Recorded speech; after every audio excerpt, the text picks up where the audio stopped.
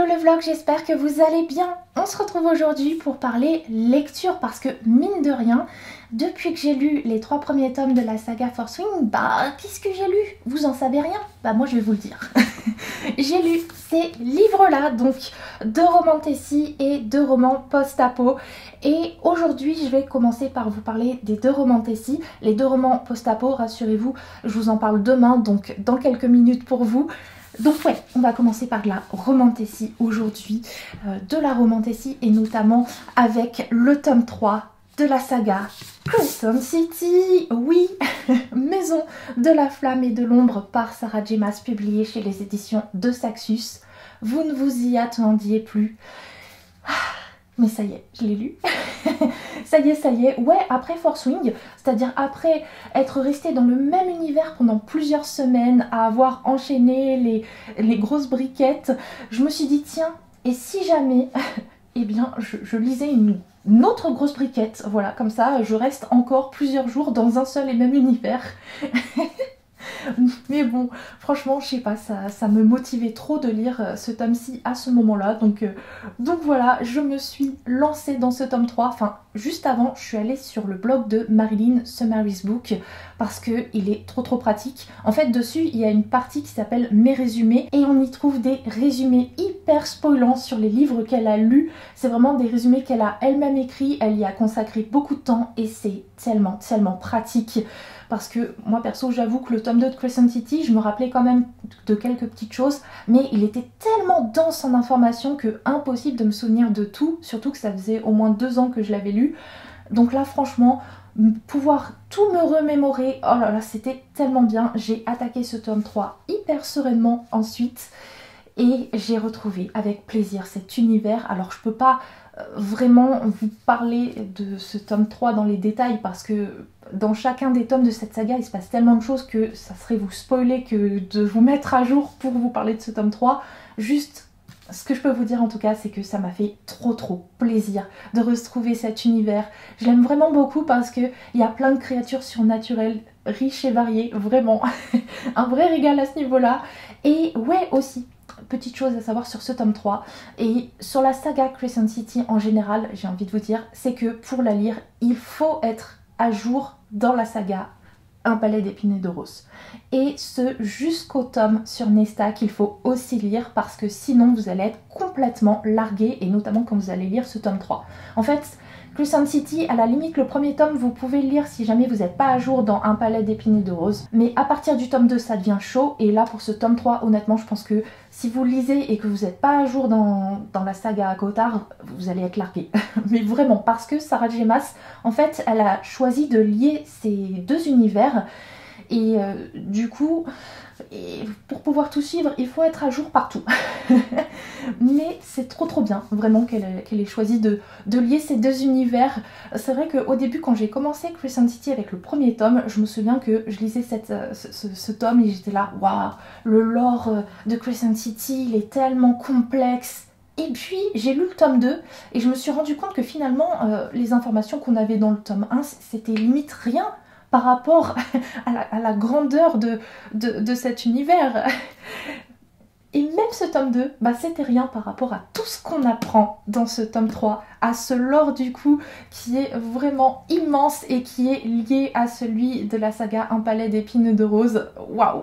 Franchement là, l'autrice, elle a fait les choses en grand. Peut-être un petit peu trop grand. C'est une question que je me suis posée au fur et à mesure de ma lecture. Est-ce que il y a certains moments, c'est peut-être pas un petit peu too much? Mais honnêtement, même si c'est le cas, honnêtement ça m'a pas du tout gênée, hein. Ça reste une lecture vraiment 5 étoiles. J'aime tellement cette saga. Ce tome 3, franchement, je l'ai lu mais tout seul, enfin vraiment quasiment 1000 pages. Je les ai pas sentis passer, je me suis régalée d'intrigue en intrigue. J'ai également beaucoup aimé retrouver un petit côté de romance, notamment la romance en fait du frère de Bryce. Bryce, c'est l'héroïne de cette saga, et sa romance, bon, ok, elle est sympa, mais sans plus. Par contre, celle de son frère, mais oh là là, ça débute dans le tome 2, et déjà, je me rappelle que dans le tome 2, à chaque fois que je lisais les passages avec la romance de son frère, j'étais là, fou. Et dans ce tome 3, ça continue, et fou. Non, franchement, la romance du frère de Bryce, j'adore. Vraiment un régal, ce tome-ci. Il y avait des scènes qui étaient incroyables. Un tome, en fait, qui clôture très très bien ce premier arc.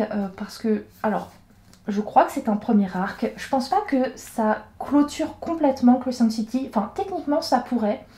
Parce que vu la façon dont se termine ce tome 3, ouais, ça pourrait être la fin de la saga. C'est juste que il y a un personnage secondaire qui a une fin non résolue. Donc je sais pas si du coup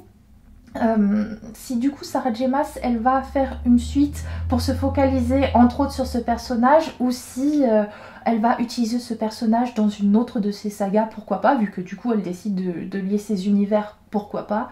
Je sais pas trop, mais en tout cas, quoi qu'il en soit, Crescent City, une saga que je peux que vous recommander, mais avant de la lire, soyez à jour dans celle-là, Un palais d'épines et de roses. Vraiment, la saga du trône de verre, c'est pas grave si vous n'êtes pas à jour. Moi, je suis pas à jour et ça m'a pas dérangé.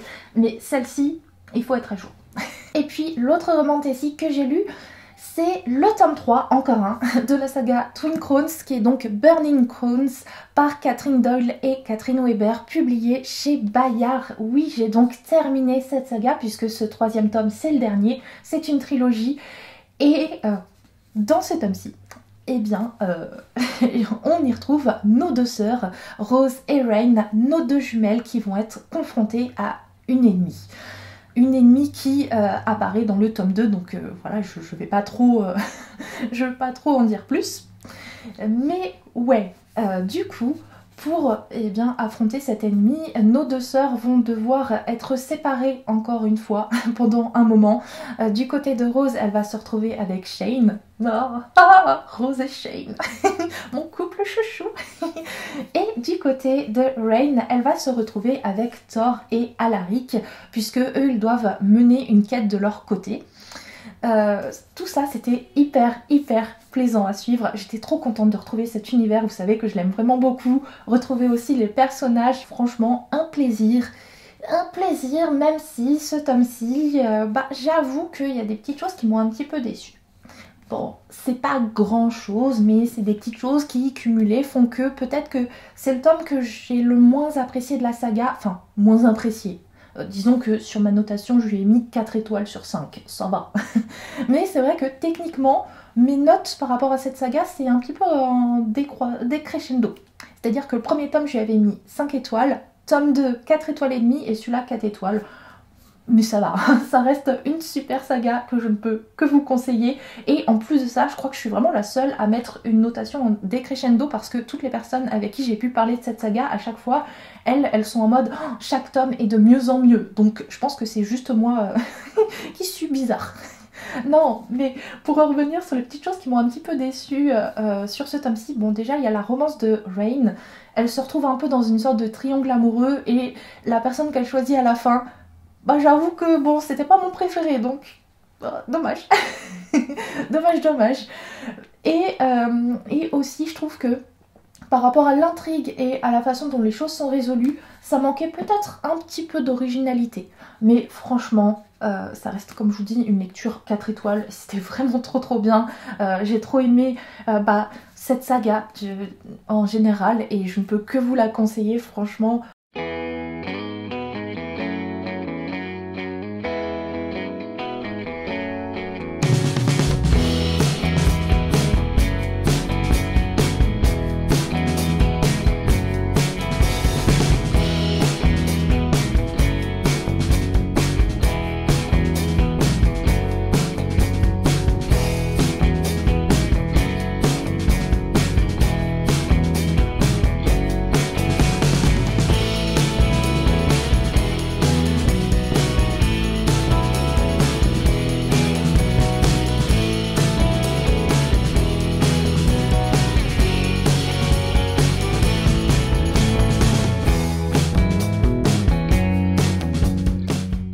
J'ai enfin fini. enfin. que je vous explique pourquoi je suis autant soulagée et ce que je viens de faire. En gros, samedi, je me suis déterre à faire un compte Goodreads. Oui, oui, oui. En gros, techniquement, j'en avais déjà eu un, mais c'était il y a des années, c'était en 2017, et je l'avais complètement supprimé parce que j'étais déjà sur Livre Addict et que je trouvais que ça faisait doublon. Et c'est vrai que d'année en année, je me tâtais à retourner sur Goodreads parce qu'il y a quand même quelques fonctionnalités qui sont très sympas. Et là, ça y est, samedi, voilà, ça y est, j'ai lancé mon compte Goodreads et du coup j'ai dû mettre tous les livres que j'avais lus sur Goodreads et par rapport à Livre Addict en fait j'en avais compté 1300 et quelques, presque 1400, sauf que sur les presque 1400 bah j'en ai que entre guillemets 400 chez moi en physique. Du coup, il y a 1000 livres à peu près que j'ai dû ajouter manuellement sur mon compte Goodreads. Ça m'a pris un temps fou, ça m'a pris des jours et des nuits, littéralement, mais un nombre d'heures, mais de fou, de fou, de fou, de fou. Et là, il me restait que mes bibliothèques. Enfin, j'avais déjà commencé, il me restait plus que cette bibliothèque-là. Et c'est vrai que sur les livres qu'on a en physique, c'est quand même beaucoup plus simple parce qu'il y a juste à les scanner, on scanne le code barre ou alors on scanne la couverture et Goodreads le reconnaît directement, c'est tellement plus rapide comme ça. Et là du coup ça y est, j'ai terminé ma toute dernière bibliothèque, j'ai tous mes livres sur Goodreads. Donc voilà, vous allez pouvoir me retrouver aussi sur Goodreads. Si jamais ça vous tente, n'hésitez pas à me suivre là-bas. Vous avez le lien de mon compte en barre d'infos. Et si jamais vous me suivez sur Livre Addict et que vous n'êtes pas spécialement sur Goodreads, rassurez-vous, je reste aussi sur Livre Addict. Donc voilà. Aujourd'hui, c'est lecture post-apo. Et pour l'occasion, je sais pas si vous allez bien le voir, mais j'ai sorti le collier Game au cœur parce que bien évidemment que on va parler du dernier Hunger Games, Lever de soleil sur la moisson par Suzanne Collins, publié chez Pocket Jeunesse. Hunger Games, c'est une saga un petit peu particulière pour moi, mine de rien, parce que quand je l'ai lu, la trilogie, à l'époque, c'était en 2015, et très honnêtement, je pense que ça fait partie de ces livres qui m'ont énormément donné envie de me lancer sur Booktube, de pouvoir parler de ces coups de cœur avec une communauté, tout simplement. Et du coup j'ai un affect un petit peu particulier avec cet univers et le retrouver avec ce tome-ci. Bon, je vais pas passer par 4 chemins, ce tome-ci a été un coup de cœur pour moi. Alors je sais que vous dites peut-être, oui, Hunger Games, moi j'ai lu le tome sur Snow, le tome 4, et j'étais moyennement convaincue. Franchement celui-ci, donnez-lui quand même une chance parce que je vous assure qu'il est vraiment meilleur.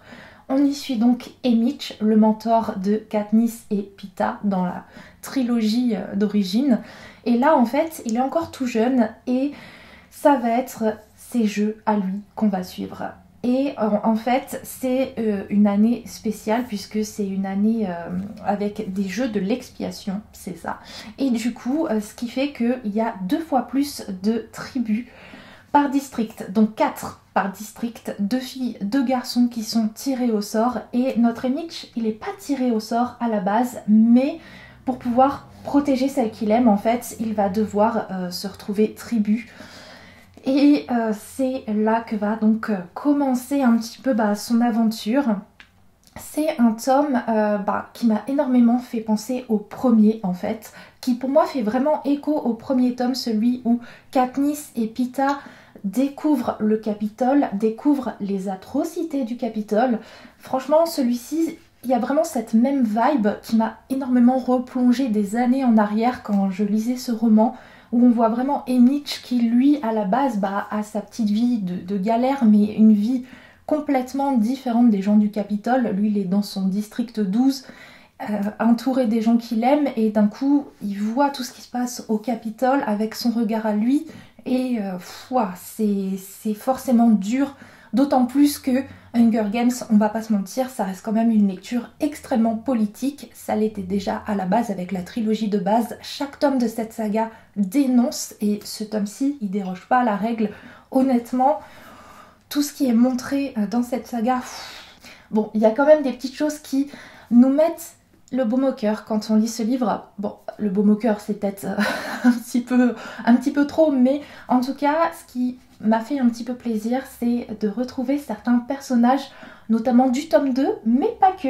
On va retrouver certains personnages, on les voit beaucoup plus jeunes et on a un petit sourire en les voyant.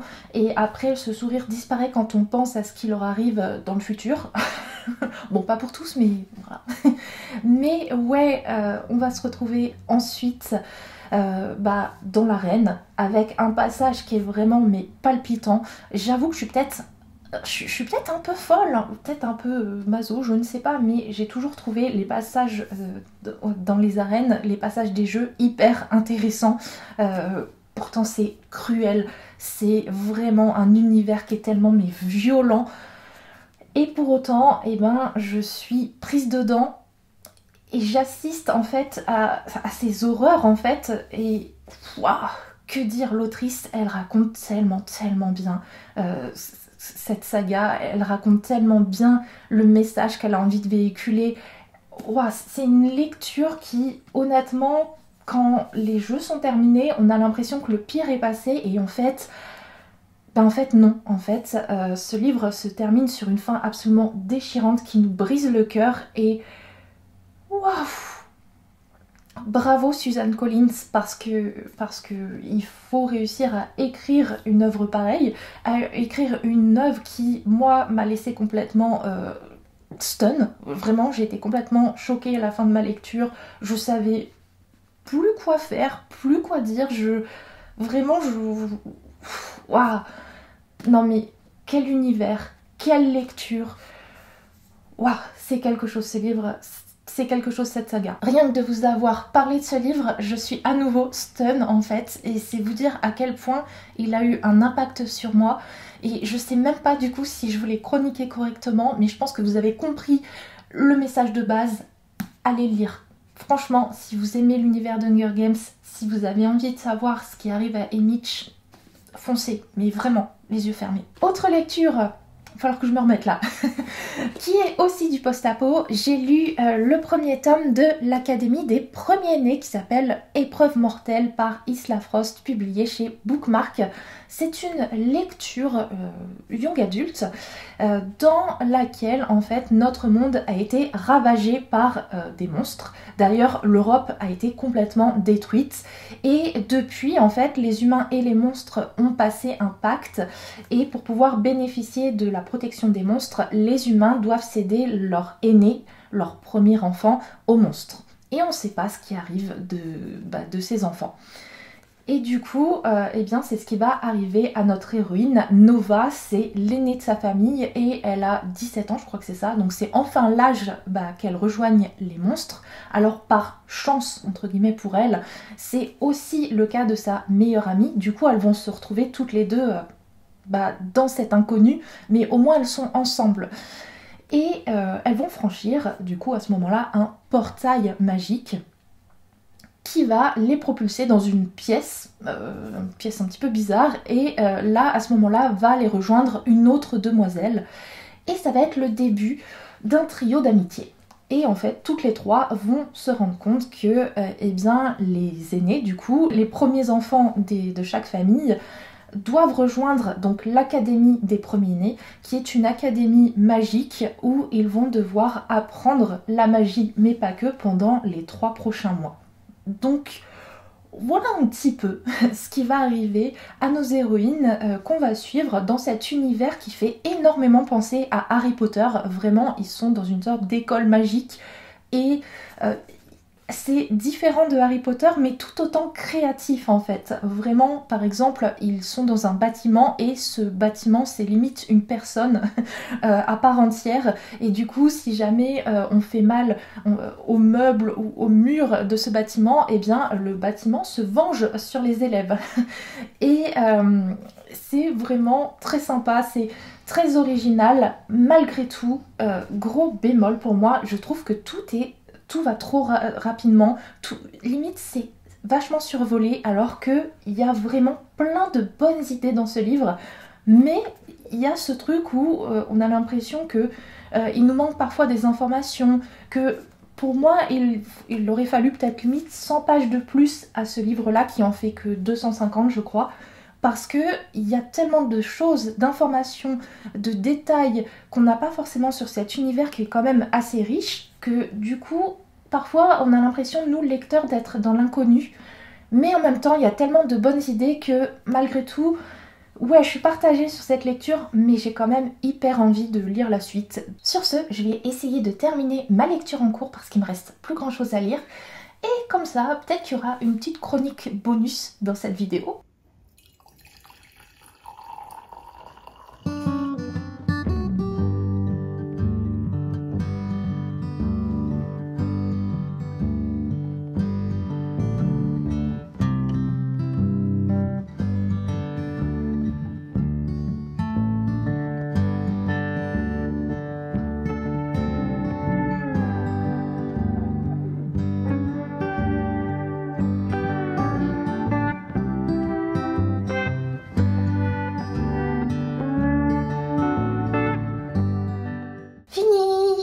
J'ai mis le pull entre temps parce que, mine de rien, j'avais un petit peu froid.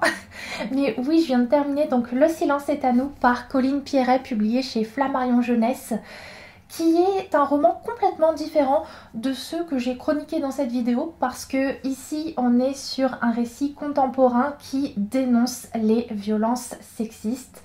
En fait, dans cette histoire, on va suivre le personnage de Léo, qui est lycéenne, et un jour elle va être témoin d'une agression. Elle va voir Mariam, une fille de première, en train de se faire agresser par un jeune homme, et Léo, quand elle voit ça, elle est complètement paralysée, elle ne sait pas quoi faire et elle va prendre la fuite. Et suite à ça, elle se sent hyper mal, hyper honteuse, donc quelques heures plus tard, elle va contacter Mariam sur les réseaux sociaux pour lui dire qu'elle sait ce qui s'est passé, elle l'a vu. Mariam, au début, elle nie. Et puis finalement, elle va comprendre que Léo est de son côté, que Léo aussi est scandalisé par ce qui est arrivé. Et grâce à cette amitié qui va se créer entre ces deux jeunes femmes, eh bien, Mariam va avoir le courage d'en parler un petit peu dans son établissement, notamment à des adultes, sauf qu'elle va pas forcément être prise au sérieux. Et c'est un petit peu le début de cette histoire. Le début de tout, puisque suite à ça va commencer dans leur établissement une grève du silence, justement pour dénoncer les violences sexistes, pour dénoncer le sexisme en général. Et du coup, c'est ce qu'on suit à travers ce récit, un récit qui est sous forme de vers libre, et ça, j'ai trouvé ça trop bien, enfin vraiment, j'aime beaucoup les romans en vers libre, ça faisait très longtemps que j'en avais pas lu, et j'avais oublié à quel point ce genre de texte, c'est trop bien parce que ça met vraiment en avant la musicalité des mots, parce qu'en fait quand on lit un récit en vers libre, on ne lit pas des phrases qui commencent par une majuscule et qui se terminent par un point, on lit des lignes, et du coup des lignes qui parfois sont très courtes, parfois sont très longues, et ça met en avant certaines intonations, ça met en avant certains mots, certaines syllabes, ça appuie sur certains endroits, et c'est percutant, et c'est exactement ce qu'il fallait pour ce récit qui est vraiment criant de vérité. Je pense que vous le voyez un petit peu, j'ai mis des petits post-it de Patoun un petit peu partout, parce que franchement il y a plein de citations qui sont hyper justes en fait, tout simplement. Voilà, je vous ai donc chroniqué tous les derniers romans que j'ai lus, comme ça vous êtes au courant de tout. Et sur ce, écoutez, dans les prochains jours, moi je vais aller m'atteler à préparer vos colis, puisque au moment où vous regardez cette vidéo, eh bien le concours de la vidéo Book and Haul est terminé, et donc il va y avoir plusieurs gagnantes à qui je vais devoir envoyer des livres, donc il faut que je m'occupe de tout ça. Et si vous vous demandez que je vous tienne un petit peu en courant en vidéo, en ce qui concerne l'Empire du Vampire, il est là, vous voyez, voilà, vous m'avez vraiment littéralement dit de le garder, mais vraiment tout le monde m'a dit pour moi c'était un coup de cœur, faut que tu le gardes et tout, donc voilà, je vous ai écouté, j'ai gardé votre coup de cœur, et j'espère que dans le futur ça deviendra un de mes coups de cœur aussi. Sur ce, je vous laisse là pour cette vidéo. Je vous remercie d'avoir passé ce moment en ma compagnie. Je vous fais de très gros bisous, et on se retrouve très vite et tout bientôt pour une nouvelle vidéo.